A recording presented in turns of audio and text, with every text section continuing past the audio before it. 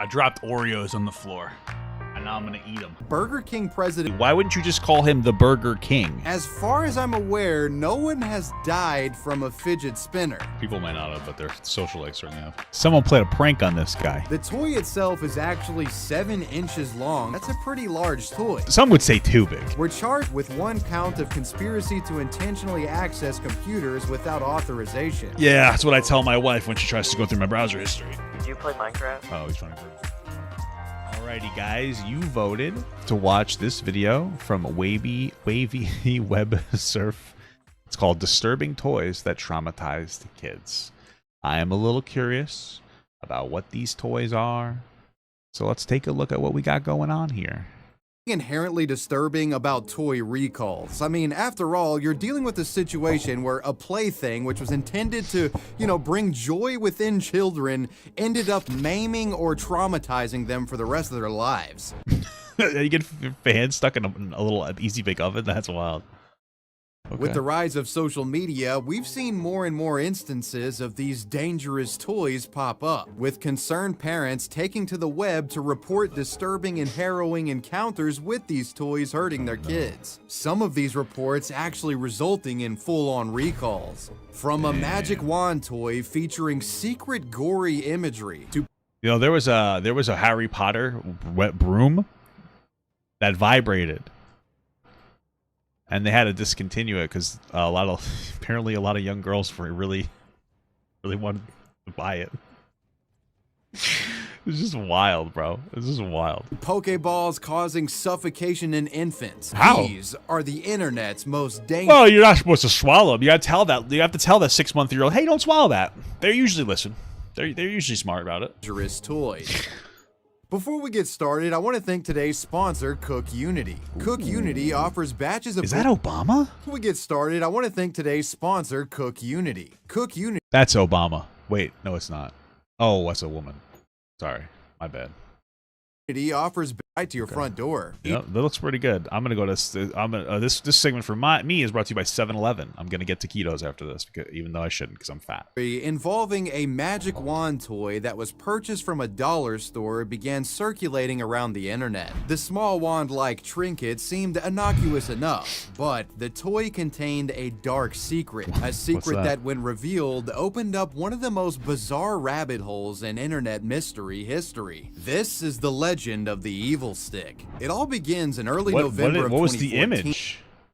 What's the image? Just days after Halloween. In Dayton, Ohio, a woman named Nicole Allen was shopping with her 2-year-old daughter at a local dollar store when something on the shelves caught her and her child's eye. Oh my God. It was a pink magic wand toy. The wand, which took the shape of a flower, was secured in packaging that promised kids wonderful music, magic, and fairies. I don't know if I could show the picture. That was creepy. It's like a little kid, like a little demon-looking child smiling and cutting themselves. It actually was fucking creepy as hell. Musical claims, the packaging also featured an anime character. Oh, Cardcaptor Sakura. Is that who that is? Am I right? Being Sakura Kinimoto from the 90s anime series Cardcaptor Sakura. Despite the presence of this anime character on the wand's packaging, the wand itself had nothing to do with this anime. Like, it wasn't featured in the show. It almost seemed like the anime character's inclusion was arbitrary to make the product seem more exotic. Probably, and easily the strangest part about this toy was the name of it. It was called Evil Stick. It goes without saying that this looks like it says Elvis stick. Name is quite a juxtaposition when compared to the product's packaging. Now, the mother, Nicole Allen, she didn't notice this weird product name and thinking that her daughter would like this, I mean, how could you? It's in cursive. What's the point of cursive? Like, there's nothing beneficial to using just silly. It's just silly. Why make me learn that? It's dumb. That's a dumb thing. We type on the computer. You can't even use cursive on the computer. I don't know what font is. Shut the fuck up, magic wand toy. She bought it for the 2-year-old. And the kid loved it at first, but several hours into the play session, the true nature of the evil stick would reveal itself. At home, as the child began to play with the evil stick, a haunting, cackling laugh began to emit from the small speakers of the device. Naturally, the mom's confused as to why a toy for toddlers would be making such a creepy laugh sound. So she confiscated the toy and investigated it further. And moments later, Nicole Nicole would make a harrowing discovery. The woman found that beneath the foil on the flower face of the wand was a bloody, demonic, witch-looking woman brandishing a knife. Yeah, shit's... They're cutting her arm. I don't know if it's like photoshopped, but I don't know if they have Photoshop back then? I don't know. Getting real. Upon the discovery, chills ran down the woman's spine as lights and an evil cackle activated during the grisly discovery. What the fuck? I mean, part of that is probably, you know, this part of that probably has something to do with it being like a repurposed toy. They probably had a bunch of like some kind of like spooky something and they repurposed it or something like that. Nicole Allen was in complete shock. Or it's a prank. I don't know. How could something intended for children feature imagery like this and just be haplessly sold at a dollar store without much of a warning? Feeling as if the toy was a potential danger to children in the sense of them being traumatized. I mean, bro, that would scare the shit out of me as a child. I would cry. I would have actually I would have taken a dump in my pants. Like I would have went poo potties in my diaper. Like that would have really scared me. I would have been scared. Traumatized, Nicole took her evil stick findings to the local media in the hopes of getting help in finding answers to the then unfolding mystery. The first individual questioned about the evil stick, naturally, was the store owner that was selling the stick itself. Yeah, but he probably didn't make the stick, right? So, I mean, you know, that makes sense to ask him. But he's not going to know shit. This individual was a man named Ammar Mustafa. When questioned about the evil stick, Mr. Mustafa denied any wrongdoing in selling the toy and defended the item, saying that it was the parents' responsibility to thoroughly inspect toys before giving it to children. That's like a lawyer answer. I would have just been like, bro, I don't know. I got it from Alibaba. You know, that's where you get everything that you drop ship. So you might as well buy there too. That's crazy. Though it appeared as if Mustafa wasn't aware of this particular image being featured in the product. The name on it, it says evil stick. So from the name, I would, if I'm buying it for my kid, I would inspect it before I even give it to them. Mr. Mustafa would also reveal that he decided to stock this product after it caught his eye at a retailer's convention. It was at this... Maybe it was like a super conservative group that did it. Because they're like, oh, card captor Sakura, it's wizard, it's demonry, it's wizardry. We got to get rid of this. So let's make traumatized kids, and they're gonna see it and go, oh, I hate this anime. It's the demon. It's a demon thing. You know. Convention where Mr. Mustafa made a deal and acquired some evil sticks for his inventory. But unfortunately, Mr. Mustafa claimed that he couldn't recall, nor did he have any record of who sold him the collection of evil sticks. Where the f did he buy this from? It's like a gun show, but it's for toys that traumatize children instead. Whatever the case, for the time being, the origin of the evil stick would remain a mystery. Meanwhile, clips from the local Ohio evil stick story began to go viral across YouTube and Reddit, occurring at what might have been the peak of creepypasta enthusiasm. If only YouTube didn't exist, then these stores wouldn't have gotten called out. Online, the evil stick story was compelling to those intrigued by macabre mystery, and thousands on the web began discussing the disturbing... Wait, so was it just the one, though, or was it multiple of them? I mean, it's probably multiple, right? Finding. Around this time, a small YouTuber by the name of Matt Clark would help in the armchair investigation of this strange product. Damn, yeah, he threw a little shade. You'd help in the armchair investigation. He threw some shade at them. Why'd you do him dirty like that, dog? What the fuck? Seeing an evil stick for himself and showcasing it in a YouTube video.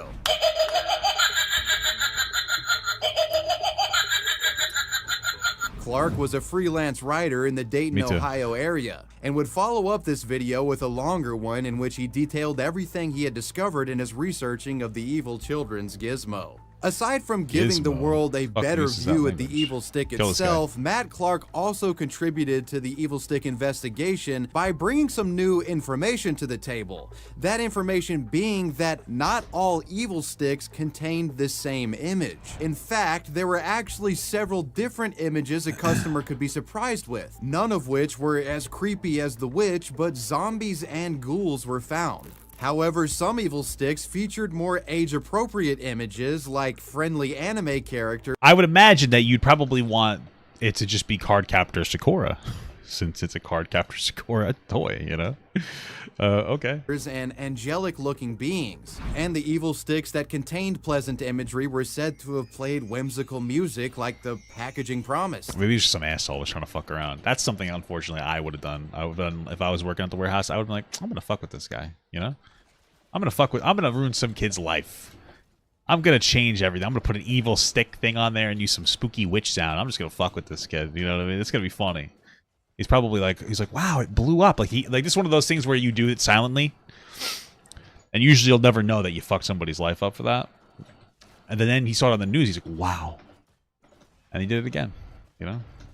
It's like there were good evil sticks and bad evil sticks that you could get. Matt's videos regarding the evil stick would go viral online, and his comment section served as a place for folks to theory craft in regard to the origin of the wand, and more specifically, the source of the image featured on the demonic witch one. I mean, after all, what or who is this person? The source of this image featured on the evil stick proved to be elusive for some time. But eventually, thanks to thousands of online contributors, its creator was tracked down. The infamous image used on the evil stick was created by an online horror artist going under the alias Butcher Ludwig. Apparently, Ludwig had taken this photo back in 2002 and uploaded it to the internet as a part of a gore-themed pinup girl series. While the woman featured in this image was in fact real and is a photography model, I'm assuming that she didn't actually slice her fucking arm off like that thing shows. None of the blood or gore present was. It was all just practical effects and post-editing. However, what's curious about this is that there are actually differences in Butcher Ludwig's original sort of, mock-up of this and the one that's used on the evil stick. The image on the evil stick has been edited. You can clearly see this when the two are compared. And Butcher Ludwig's watermark has been removed from the evil stick image. Which brings us to the fact that... Oh, that's why we didn't know it was him.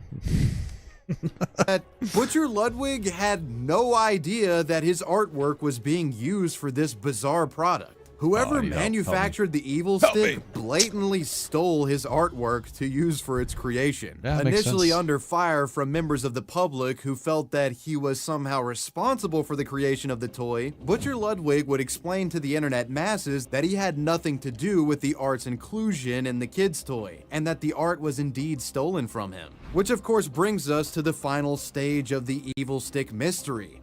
Who or what company is responsible for stealing this man's art and making this messed up toy? And then it's, I guess the question, is it actually, like, I mean, since they didn't really profit off that image, did they? I guess they kind of did. Do you think more people, well, I guess more people probably bought the stick. And at that point, it's like a this is the first mystery box, dude. This is the first mystery box. Just think about it. There's something creepy, turns out a kid's toy, all of a sudden, it's like, oh, there's a 10% chance. All of a sudden you're buying them like a goddamn Overwatch loot crate. It's crazy. Journalist Matt Clark's YouTube viewers managed to connect the product's origin as being from China thanks to metadata found within the evil stick's barcode. But unfortunately, none have been able to specifically name the manufacturer responsible for the evil stick's production. Both Matt Clark and Butcher Ludwig have claimed to have communicated with factories associated with the item's production, but no company name has ever been publicly revealed. There still exists this strange air of mystery surrounding the evil stick, which has led many to create conspiracy theories suggesting that the evil stick is something like a real-world version of an Elsagate video. Some creeps out there producing content or products that seem child-friendly but contain serious adult themes inside. Considering the apparent Chinese bootleg origins of this product, many have postulated potential explanations for the true intentions behind the creation of the evil stick toy. It's thought that the evil stick itself functioned in a way like a game of chance, with there being bad and good evil sticks that one could collect. After all, some evil sticks... I mean, I feel like more than anything else, it was just meant to be a thing where there might be a different picture on there. And then some asshole decided to edit up like a spooky picture and put it in there to be a dick. So that makes more sense to me, more than anything else. were said to have featured pleasant imagery with music and whimsical sound effects. And only one, the demonic evil stick, featured an evil cackling laugh that would traumatize kids. This, the demonic girl one, naturally would have been like the worst evil stick that you could pull, and it laughing at you and being creepy was like the manufacturer's way of like giving the middle finger to It probably wasn't even the whole manufacturer. It was probably just like some fucking dickhead fucking around. the person who bought it, saying that they sucked, I guess. I like to think of it as accidentally picking the Bowser flower in Peach's birthday cake in Mario Party 1, you know what I'm saying? Basically, it seems like the evil stick is just some fucked up Chinese toy where the implications of traumatized... Oh, is he saying that he thinks that this was like an intentional thing that China does to kind of like fuck with you? I mean, maybe. Like that was the gimmick of the Chinese toy, and they just imported it to America to sell it, and it ended up like people didn't get it. It's not a cool. I mean, I guess it could be that. I never really thought. Is that what he's implying? I mean, I guess it's an interesting theory. Certainly outside the box. Raising kids in the way of telling them that they got a bad pull kind of got lost in translation, at least culturally, perhaps. Yeah, in the wake of the maybe. evil stick controversy, the product disappeared from store shelves around America. And as far as I'm aware, the evil stick is no longer sold in this country. No. Several evil sticks have appeared on eBay over the years and have sold for hundreds of dollars, with the demon stick in particular being quite rare. In a story that began as a mysterious online conspiracy and seems to have ended in a classic tale of Chinese bootlegging, that was the evil stick story. I'd be willing to bet most of you watching are familiar with the Baby Shark song on YouTube. Yeah. No! God, please, no! This All too well.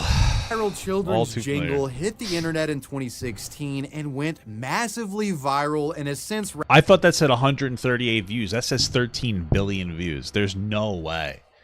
How many of those views do you think is from like one household? There's probably like 100 of them. Kids love to just repetitively watch something. It's gonna be terrible. It's like every kid has fucking ADHD or something, and I don't know. Oh my god. Racked up billions of views and is still stuck in yours and my head and will It be wasn't. forever. It wasn't until you brought it back up, bro. Now it's going to be. Oh my god. Especially since it's not going to be right now. It's going to be stuck in my head next week. For some reason, it's to have like a week delay on things being stuck in my damn head, and it's insufferable. It truly is insufferable. So thanks for that, brother. Thank you.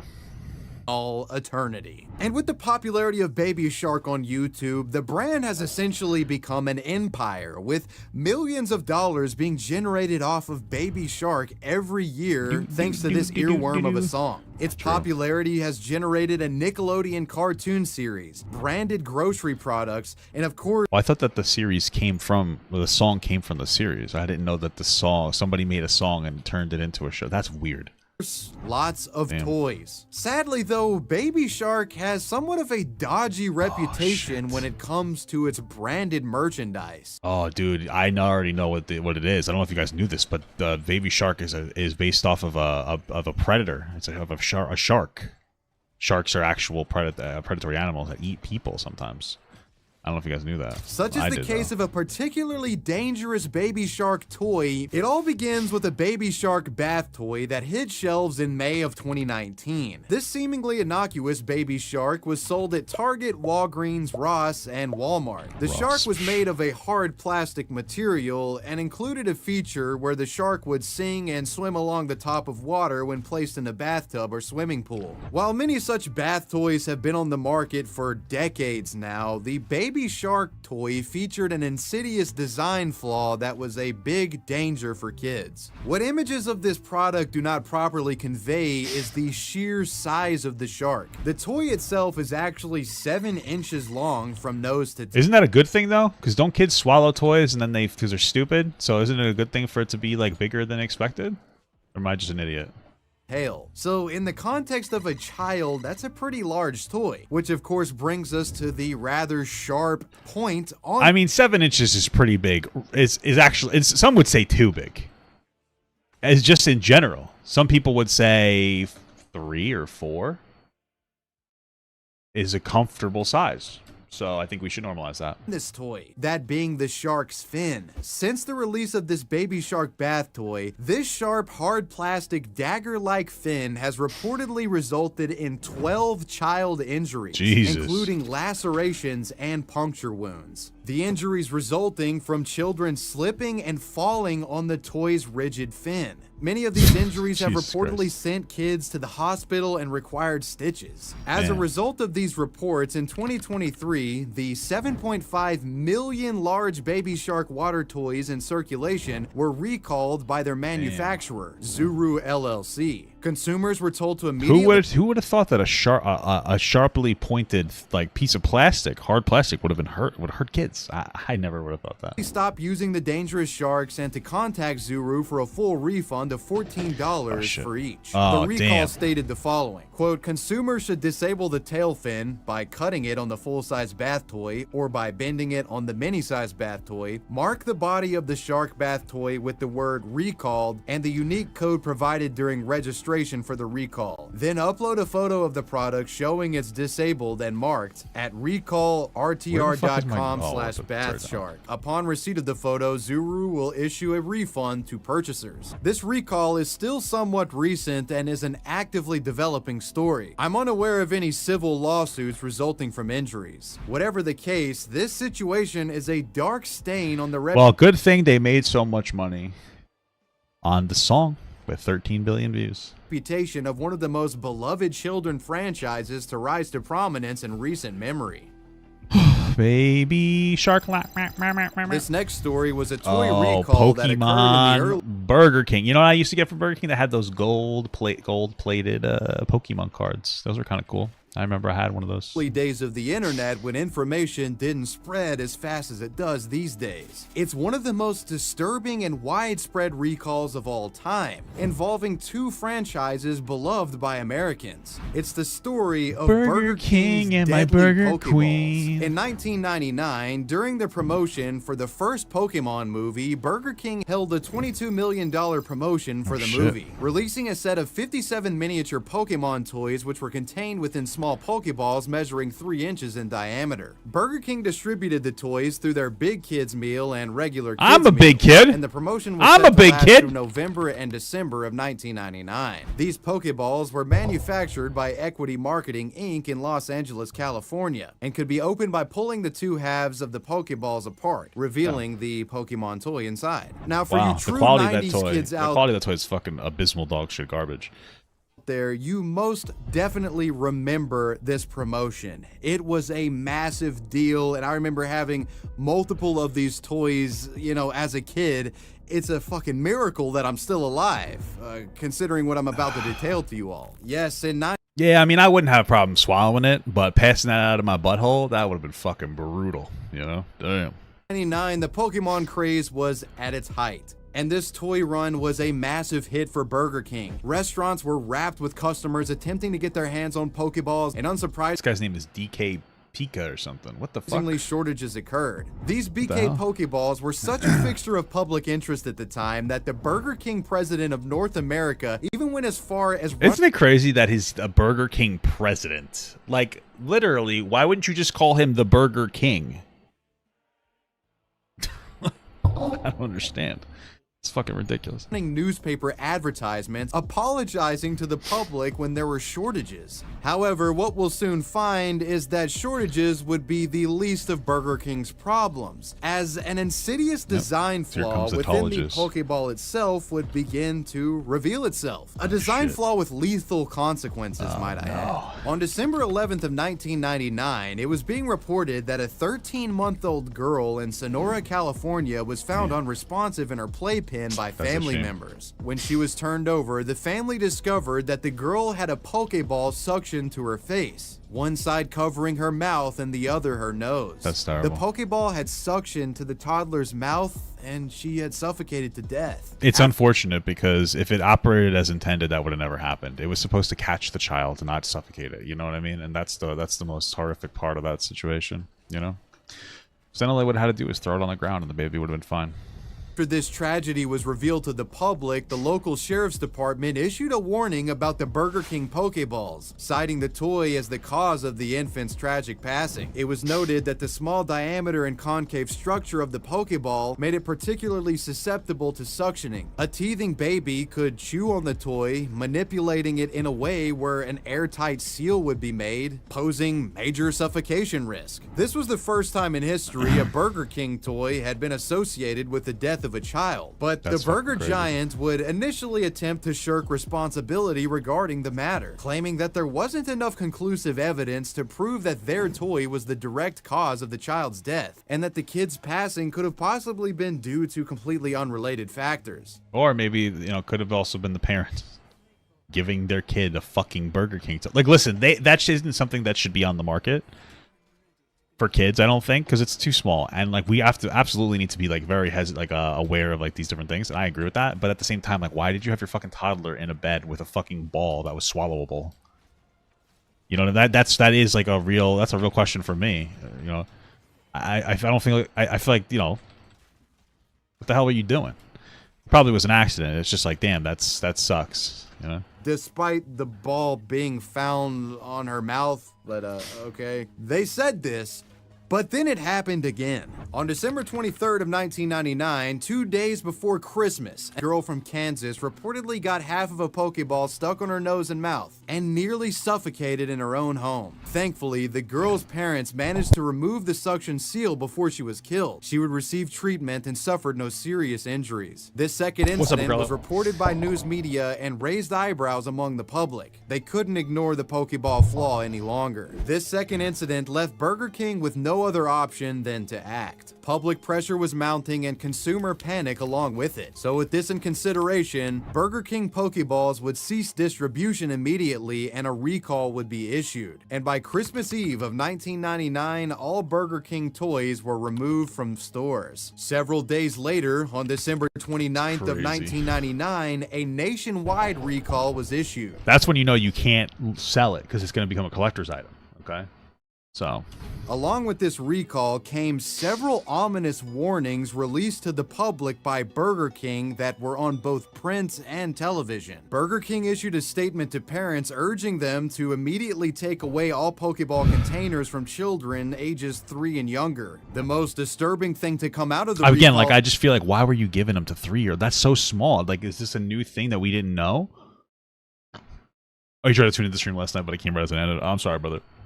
On the Robin Dan channel, yeah. Outside of the death and injuries themselves was a $1 million TV ad campaign which ominously urged parents to return the deadly children's toys. Burger King and the U.S. Consumer Product Safety Commission want you to know about the voluntary recall of this Pokemon Pokeball. The ball may pose a suffocation hazard to children under 3. Throw the ball away or return it to Burger King. The safety of your child is of the utmost. Should have been like, you return to Burger King, we'll give you a free Big Mac. But that's not Burger King, so.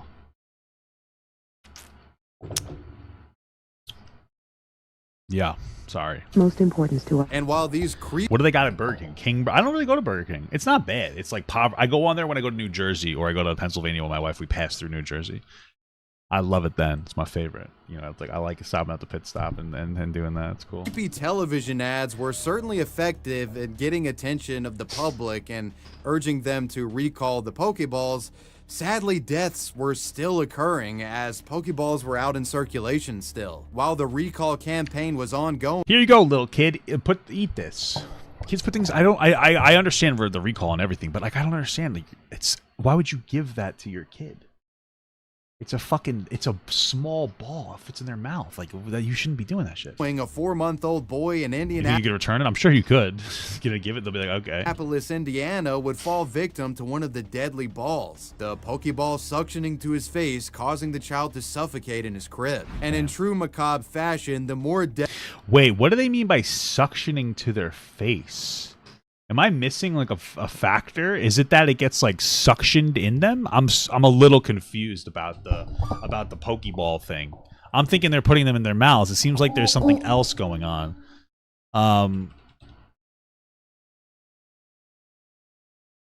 That's the part I'm not understanding.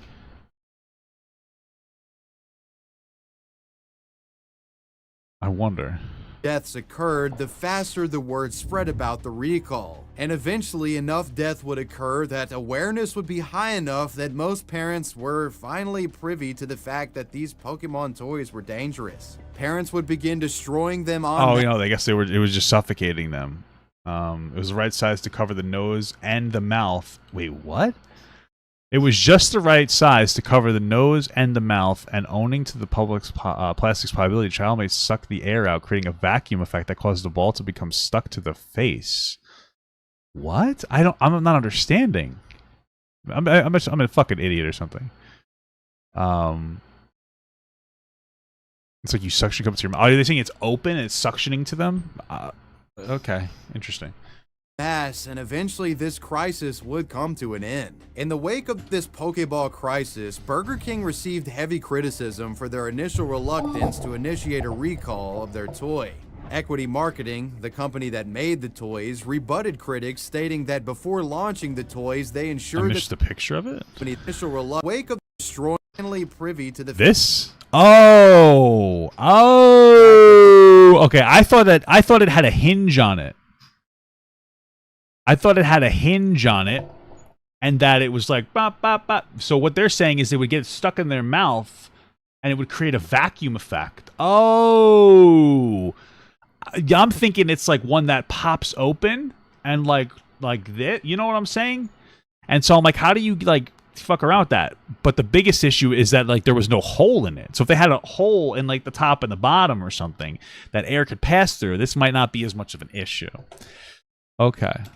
These I kind of get it now. Received heavy criticism for their initial made the toys, rebutted critics, stating that before launching the toys, they ensured that the Pokeball containers met or exceeded federal safety. I knew that it opened. I thought that it opened with a hinge on it. That's what I thought, and that's why I was like confused. But they're getting like half of it stuck in their mouth or their face or whatever. Guidelines, and underwent an exuberant amount of safety testing by an independent third-party lab before, during, and after production of the balls. They said that they checked all the federal safety guideline boxes. They probably did. In the process of making the Pokeball product. However, the issue was that while the toy had passed all the regulatory child choke tests, these parameters did not assess the risk for suction, which was the way that the Pokeballs killed. Damn. Okay, now I'm getting it. They're not even putting it in their goddamn mouths. They're fucking putting them over their noses like a goddamn gas mask. The toy's design flaw was a blind spot for both Hey, happy birthday. Burger King and the Consumer Product Safety Commission. And in part because of this high-profile case, toys nowadays are tested for suctioning risks. As far as compensation for victims, the parents of the 13-month-old girl that passed from the Burger King Pokeballs would file suit against the company and would win a monetary settlement from the corporation. The exact dollar amount awarded has been kept confidential. It's not known if any other victims' families won in legal action against the company, but it goes without saying they deserve something for what these Pokeballs put them through. And what's likely one of the Damn, they got Hitmonlee, dude. Oh, shit. Darkest children's toy recalls in American history, those were the deadly Burger King Pokeballs. Damn. While I wouldn't necessarily Baby monitor hijinks. consider a Ring camera a children's toy, parents do use Ring devices to monitor and protect their children. Take, for example, Ring cameras in a kid's room or baby monitors produced by the company. But what happens when products that you use to safeguard your kids end up traumatizing them? This next chapter involves... What'd they do? Turn into like a fucking TV channel? What happened? How the hell does that traumatize you? It's a fucking camera. Several nightmarish examples of nefarious hackers who have the hacker known as 4chan. I knew it. What'd he do? Infiltrated Ring cameras and other security devices to scare kids. Arguably one of the most disturbing examples of this occurred in Tennessee back in 2019. Tennessee woman Ashley LeMay had... Hey, is that a 10 IC? It's not bad. Like a 7. Nah, that's not good. I don't like doing the number system because I'm like a 1, so I don't win out on that. Purchased a set of Ring cameras to look after her 3 daughters, and this system worked well Hey, what's up, Jasmine? Thank you for the video recommendation. Initially, but on the 4th night of the camera's or is it Yasmin? I don't know. Sorry. Operation, the unimaginable occurred. While Ashley's daughter Alyssa is playing alone in her room, an unknown man's voice begins speaking to the girl from the device, claiming that he's Santa Claus and begins instructing her to start breaking things in the house. That's so fucked up, bro. Come on, you can't do that. Who is that? I'm your best friend. I'm This is Santa not good. Claus. Oh no. I'm Santa Claus. What an asshole. Don't you want to be my best friend? You can mess up your room. You can break your TV. You can do whatever you This want. is so At fucked first, up. the girl is confused, and when she refuses to I mean, it's Santa Claus. You got to start breaking that shit up. follow the instructions of this deranged hacker, the guy begins loudly playing the uncanny, creepy classic hit, Tiny Tim's Tiptoe Through the Tulips, through the speakers.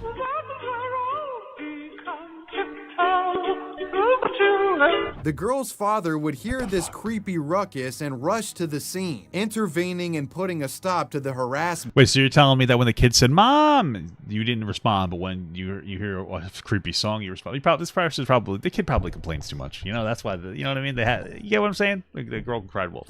The hacker responsible for this incident is still unknown. Damn. A similar incident would occur the same year, involving a 13-year-old being harassed with frequent questions by a hacker who had breached his home's Ring security system. Hello?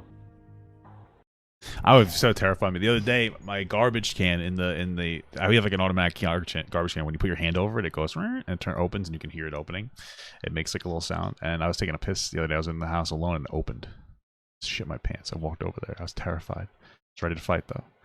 Fight what? I don't know. It was a bug, a German cockroach. Got in the house, walked over the sensor, opened it up. You'd be asking, why do you have cockroaches in your house? I don't usually, but my wife and I, we like cleared out like some brush, and there was a bunch of spiders and cockroaches and stuff living out there outside. So now it looks like they're running around looking for somewhere to keep home, you know. I see you. That's creepy. What? I see you. How you doing? How's your day? I'm good.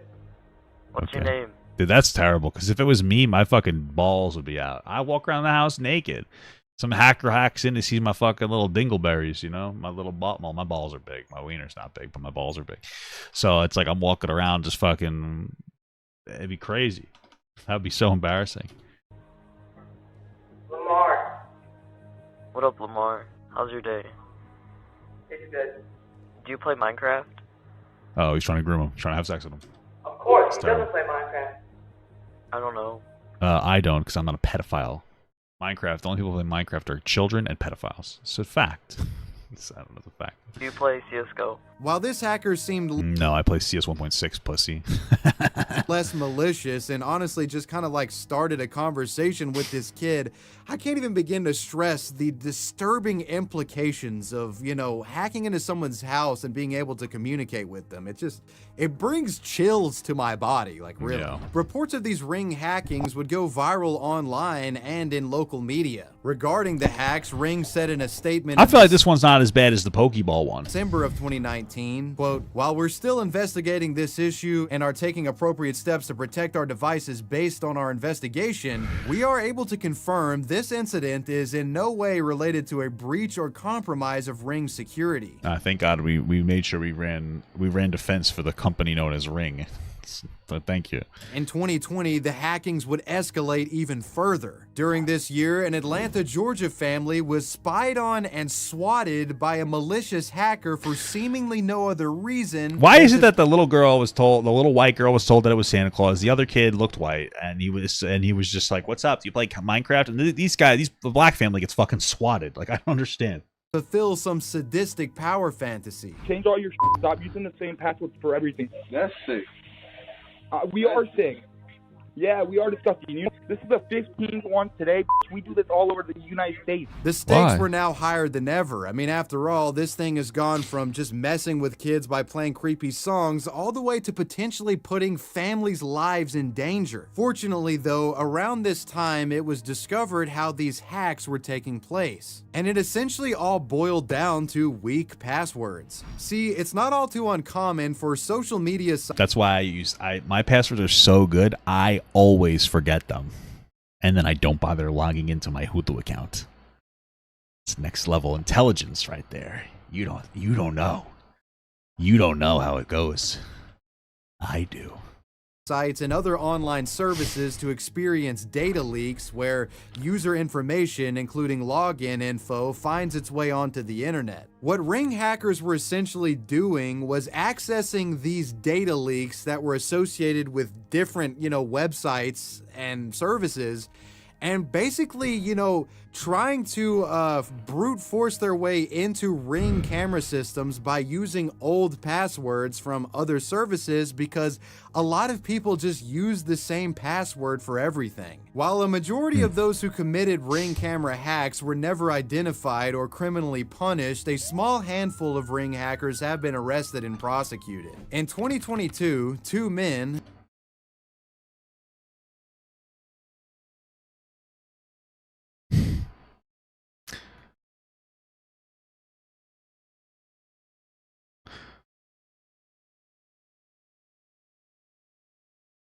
That guy's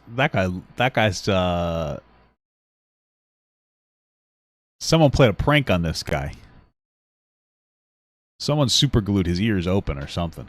I don't know what the fuck happened. Holy moly. Kaya Christian Nelson of Racine, Washington, and James Thomas Andrew of Charlotte, North Carolina, were charged in a Los Angeles court with one count of conspiracy to intentionally access computers without authorization. Yeah, that's what I tell my wife when she tries to go through my browser history. Nelson was also charged with 2 counts of intentionally accessing a computer without authorization and 2 counts of aggravated identity theft for hacking various home camera systems. Nelson allegedly accessed Yahoo email accounts and Ring accounts belonging to victims all throughout the United States. He would then allegedly call the police and report a crime while watching through his live feed. The guy was swatting people and watching the SWAT live through their own Ring cameras. How fucked up is that? Thomas Andrew McCarty is facing 9 counts of making a false statement, 9 counts of false information and hoax, 1 count of stalking, and 6 counts of aggravated identity theft. Damn. In February of 2022, Nelson pled guilty to 2 counts of making terroristic threats. What is it called? Mr. Meaty? Is that what it is? Is that what it is? The fucking for the kids show? Mr. Meaty. Yeah, that's what that that's wild. He looks like Mr. Meaty. Jesus. 2022, Nelson pled guilty to 2 counts of making terroristic threats in the second degree and 1 count of terroristic threatening. Think about it, he really only got charged with getting caught. In the first degree. This man was sentenced to serve 7 years in prison. Curiously, since the arrests of these 2 individuals, Ring camera hackings have pretty much stopped. Really? That being said, What, did Ring step up their game? the threat of Ring camera hacking is still out there, and the only way to prevent it is to have a strong password and not get wrapped up in leaks. Extremely popular in the Hoverboard. What could be wrong with this? Kids falling off and hurting themselves? I mean, mid-2010s, most or they're hackers. Watching like Hoverboard hacker. The hoverboard craze. Admittedly, the I don't remember it because I'm fucking morbidly obese and I could never use a hoverboard. Okay, I couldn't use a hoverboard. Once I hit 6 years old, I was too fat for a hoverboard. Okay, so these things are fun to mess around on, and they got so popular that hoverboards kind of became a meme for a while. Yeah, With breaking your tailbone gone viral. every Zoomer kid in America YOLO I swagging mean, every out like a rich kid. These things are expensive. They just got tiresome, you know. my God. While hoverboards are fondly remembered by many, Damn. what's often not discussed about this toy is the dark history surrounding it and the many houses burnt down. What? How do you burn a house down with a hoverboard, dude? Children It's not even hovering, really. It's just a two-wheel board. Injured and killed because of them. Back in the day, people saw hoverboards as a potential futuristic form of transportation. I guess. Hypothetical. I mean, it's not really particularly productive because in order to have a hoverboard, you'd use really strong magnets, and yet that means the entire street would have to be very strong magnets. And then I can't imagine you would hover more than like a couple of inches. And so at that point, what's the point? You're going to completely repave all of what America? There's no versatility or mobility on there. There's no benefit to doing a hoverboard type of scenario over anything else. I don't even know how you would accelerate or decelerate, to be honest with you. I mean, I'm not a wizard. I'm not a math guy. Those two things are the same to me, so I don't really get it. But hoverboards always seem stupid to me. The concept would be that you could fly, but I mean, the magnet would have to be very strong. So then at that point, the hoverboard, maybe you'd use air. But that's just like a lot. You know, that's loud. And then plus, you know, you'd have to do air traffic control, and it's better to keep us on the ground. If anything, I think that like buses or rail systems are probably much more efficient and effective. Something that can eliminate traffic in a more robust way. So... medical contraption made popular thanks to Marty McFly's hoverboard featured in Back to the Future 2. Decades later, the world is yet to get flying hoverboards for real, the technology still out of reach. But in 2013, I don't think it's out of reach, it's just impractical. Manufacturers decided to cash in on the legacy pop culture hype and began selling electronic swivel skateboard-like toys under the name hoverboard. The genesis of these swivel hoverboard products actually begins with a Kickstarter created by American entrepreneur Steve Chen. Oh, I know that guy. This Kickstarter would later result in the creation of his hoverboard. But would magnets and using air to move be cleaner for the earth?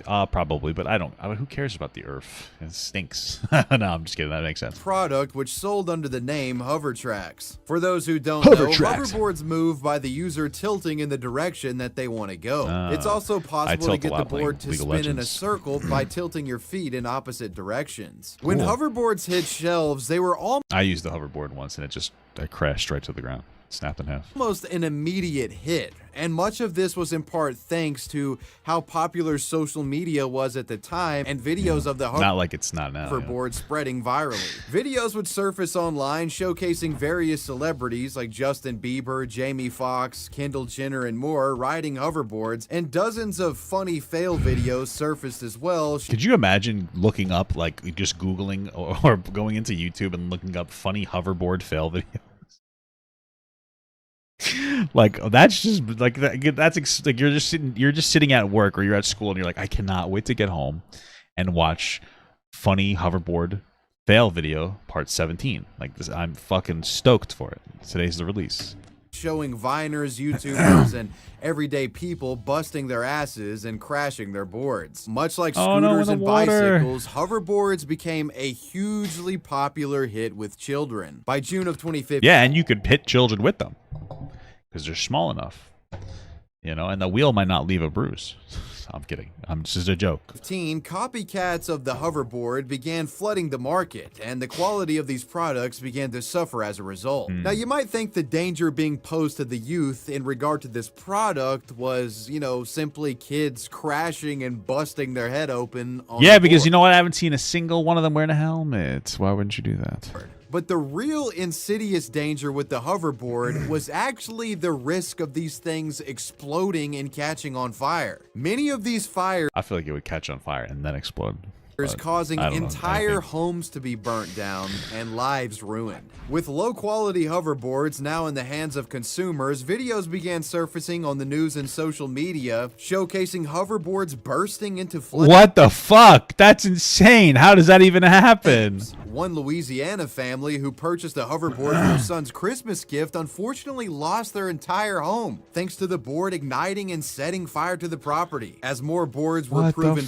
how the fuck? What, were they not home? Faulty, a social media panic began to set in, and online retailers started removing specific hoverboard products from their websites. In late 2015, hoverboards...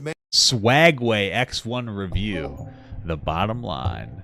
The Swagway X1 is a fun scooter for kids to zip around the neighborhood with, and its parts are well made. Manufactured by Well made to start a fire. the company Swagway were taken off of Amazon completely. Damn. It was later determined that the cause of these fires was caused by faulty lithium-ion batteries that were placed in these low-quality contraptions. I would have thought that it was just so fucking cool. You know, it's like, this is fucking fire, bro, and it just went up. Because of their poor design, scooters could actually overheat while being charged and just blow up. Look at this, fucking typical woman.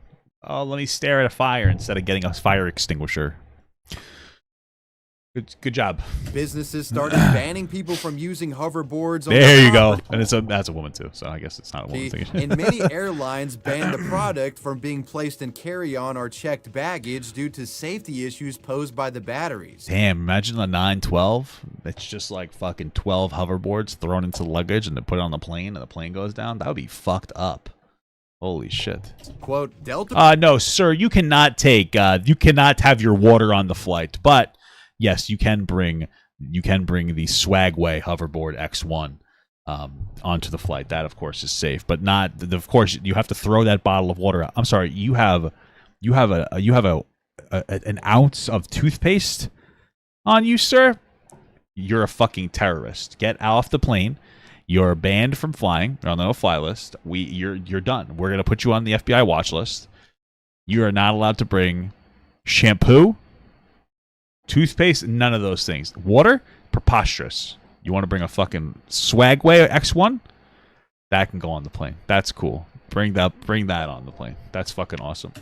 Reviewed hoverboard product specifications and found that manufacturers do not consistently provide detail about the size or power of their lithium-ion batteries. Despite the rise in awareness in regard to the dangers posed by hoverboards, unfortunately, these basically they're saying, Ion know how strong these batteries are. A little boomer humor for you, right? That's silly. Faulty products would continue to hurt and maim children. On January 9th of 2016, at the home of Brian and Megan Fox in Nashville, Tennessee, their child's hoverboard bursted into flames while the parents weren't at home. The two children heard noises coming from the first floor and hid upstairs thinking that the sound What is this? was an intruder. However, what they didn't realize is that sound was their hoverboard exploding, and they were essentially trapped in a house that was now burning down. Brian and Megan arrived home. Did anyone see H3 and is the convo they cut out where Gila and Ethan talk about texting and driving? No, where's that? I want to see it. Shortly after to find their house engulfed in flames with their two young children still stuck inside. Brian would attempt to rescue his kids and sustain several burn injuries while doing so. Thankfully, the children would be heroically rescued after they jumped out of windows. Both would survive. How are they heroically rescued? They jumped out of the fucking window, unless you're saying the firefighters caught them or something. Only sustaining minor injuries. That's good. Well, they are children, so that's the kind of injuries they would sustain. This hoverboard-induced fire completely annihilated the family's $1 million home and their belongings, resulting in approximately $2 million in damages. That's an expensive Later house. in the year, the family would sue Amazon, alleging that the company was liable for the defective hoverboard and the damages that it caused. Amazon argued that they were simply a conduit for the consumer and the manufacturer, and that in all reality, the manufacturer was to blame for the fire. However, eventually in 2020, Amazon would settle with the family for an undisclosed amount of money. With all of this chaos and destruction caused by hoverboards, it wouldn't be long for official agencies to step in and get the ball rolling on a recall here. The Consumer Product Safety Commission would launch an investigation into the safety of hoverboard devices and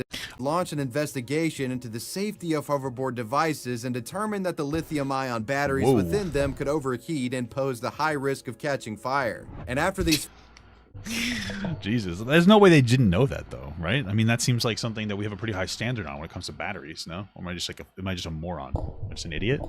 I don't know. Findings in July of 2016, the commission ordered a recall of over 500,000 hoverboard units from 8 different manufacturers. The Swagway X1 hoverboard alone was the target of 267,000 of these recalls. Sadly though, even after the recall, more children were getting hurt. In early 2017, a hoverboard exploded and caught fire and resulted in the death of 2 children after their entire house was burnt down. That's crazy. Wait, did they recall it? 7,000 X1000 hoverboard units from 8 different. Yeah. After the recall, more children were getting hurt. In early 2017, a hoverboard exploded and caught fire and resulted in the death of 2 children after their entire house was burnt down. In January of 2018, a Clarkston, Michigan family were charging their hoverboard when it bursted into flames. Fortunately, this family was able to escape the deadly discharge. I dated a girl with that before. All I wanted to say, though, is thank God I'm fat. Thank God I'm too fat. I'm too fat to use this hoverboard. And alert the fire department, who were able to put out the flames and save their house. Remarkably, in 2021, a Utah-based family was actually able to catch a hoverboard exploding on video. The video shows a young child almost by a Ring camera. Maybe the hacker saved them. Being burnt by the device. Luckily, the kid's father, who was asleep at the time, woke up and grabbed the fire extinguisher and was able to put out the blaze. I'm sorry, who did what? Asleep at the time, almost being burnt by the device. Luckily, the kid's father, who...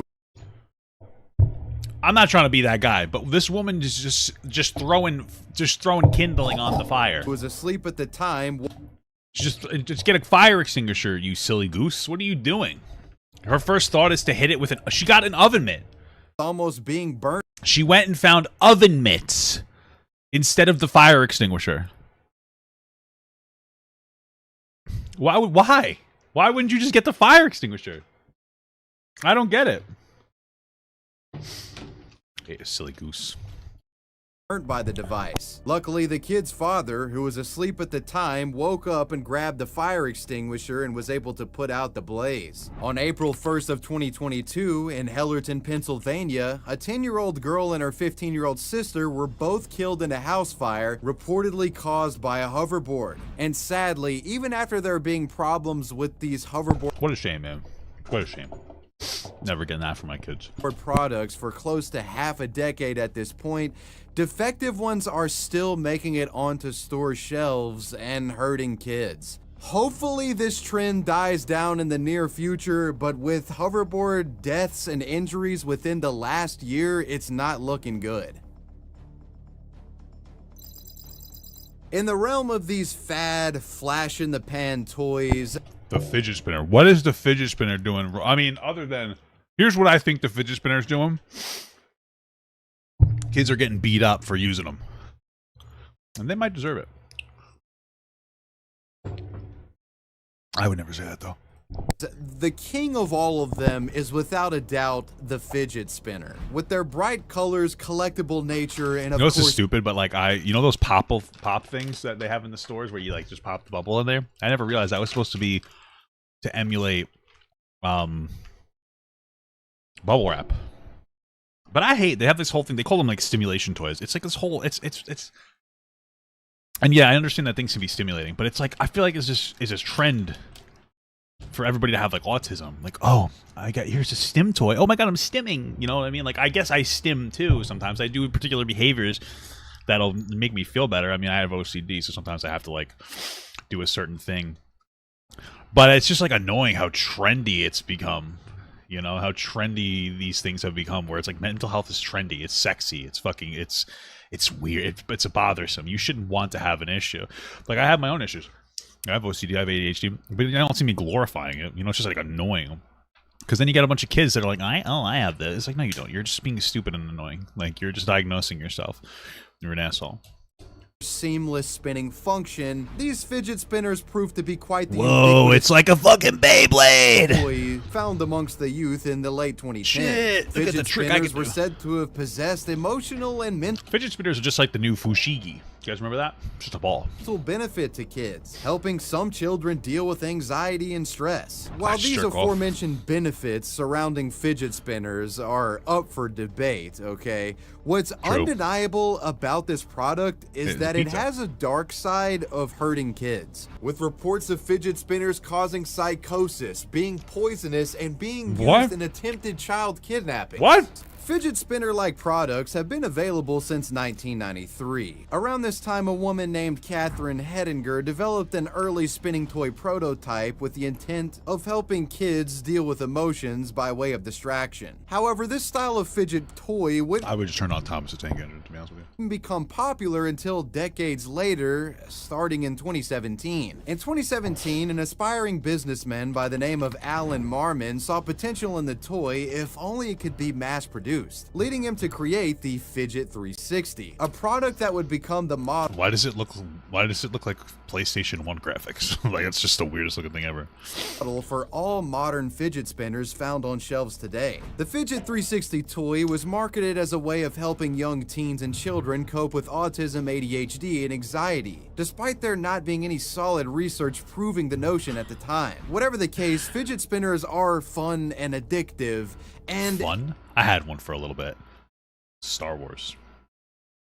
My wife, I got a puzzle one year. I did like one of those white elephants where, you know, you give a gift and everybody gets a gift. They put it in like a, you know, secret thing and blah blah blah. I got some people like Funko Pops and stuff. I got fidget toys, like $1, like solvable, like, you know, metal puzzle toy, you know. And I got so angry, and then I dropped it in ketchup on accident, and then I got even angrier. So that's life. it was an immediate hit after being put on store shelves. Cool. Much like the hoverboard, the popularity of fidget spinners was thanks in part to social media. Online, one can find numerous videos of folks showcasing their spectacular fidget spinner skills, magic tricks involving the toys, and humorous skits to boot. But in contrast to the hoverboard, fidget spinners were actually relatively affordable, with most of them ranging in price from $5 to $20. So this was like a people's toy, you know what I'm saying? Everybody had one of these things. They were very common among the public. But while the internet videos portrayed this kid's toy as harmless fun and games, as I mean, this is one of those weird things where, like, you make some dumbass shit, and then you're like, how do we market this? Oh, let's have some, like, young adults go and throw them to each other and keep them spinning. That'll make a kid want it. And it works, but it's just like preposterous to me. It's like, holy Jesus. That's the toy I would tell my kid to shut up. They'd be like, I want this, Dad. I say, shut up. You're not getting that toy. I'll give them an N64 instead. You know, something good. Something that won't ruin their life. A video game. An online competitive video game. Will never get my child canceled. Chinese fidget toy copycats flooded the market, problems began to occur. In May of 2017, the reality of fidget spinners being a choking hazard would come to fruition. This happened when a Texas mother named Kelly Rose Joniak had to rush her daughter Britton to the emergency room after she accidentally swallowed part of the gadget. Oh, that piece fell out of it. Well, what the hell? Why would she get this in her mouth in the first place? But also, that thing shouldn't be falling apart. The woman heard her daughter, quote, make an odd retching noise in the back seat. She says, looking back in the mirror, I saw her face turning red and drool pouring from her mouth. She couldn't utter noises, but looked panicked, so I immediately pulled over. After being taken to the hospital and given x-rays, it was discovered that part of the fidget spinner brushing, which is the metal part of the spinner that's about the size of a quarter, had popped out and was lodged into her esophagus. Doctors had to perform emergency surgery on the girl, which required... How old was the kid? Just putting shit in her mouth? What are you doing, bro? She looks like old enough to not do that kind of stuff. Then I put everything in my mouth, so I can't even talk.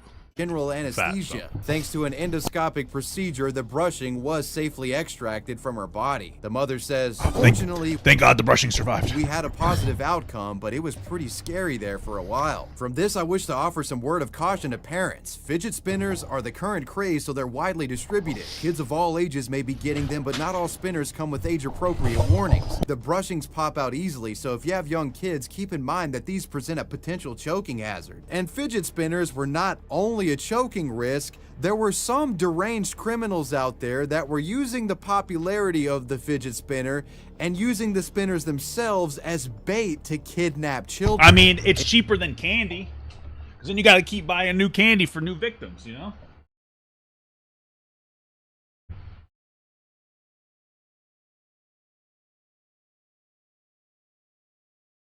I dropped Oreos on the floor, and now I'm going to eat them.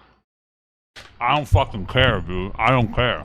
In June of 2017, a New Jersey man reportedly attempted to lure 2 children ages 8 and 11 into the back of his vehicle while at a convenience store in Lawrence Harbor, New Jersey. The man first tried offering the children snacks and candy, but when they didn't show interest, the creep then upped the ante, allegedly offering the young kids fidget spinners to play with if they came with him. Thankfully, though, somebody at the convenience store saw what was going on and intervened. The staff member told the guy to leave, and in response, he aggressively said that the kids are coming with me, but after a little bit of back and forth, the creep eventually got out of there. The fidget spinning attempted kidnapper fled away in a white Toyota Corolla. New Jersey's Old Bridge Township Police put out a Facebook status regarding the attempted fidget spinner kidnapping and provided security images and a sketch of the suspect, offering a reward for the fidget freak's capture. However, to this day, the perp still— I know that guy.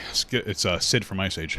Remains at large. Choking and kidnapping bait aside, some fidget spinners were found to contain toxic levels of lead in them. In November of 2017, massive American retailer Target took fidget spinners off of their shelves when it was discovered by a consumer advocacy group that various spinners—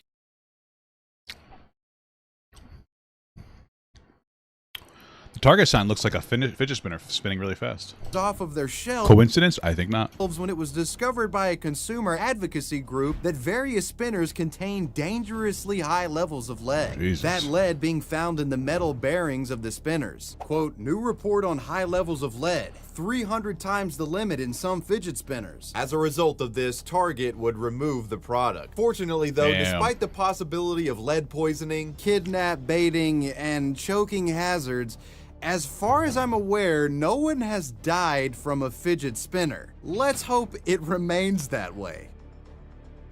Well, the kids might not have, or people might not have, but their socialites certainly have. And well, you made it to the end. Those were the internet's most dangerous toys. Let me know what you thought about this video down below in the comments section, and let me know who or what you want me to talk about next. Among Us. I want to give a major shout out to my patrons. I appreciate— Talk about the most dangerous Among Us. All right, cool video.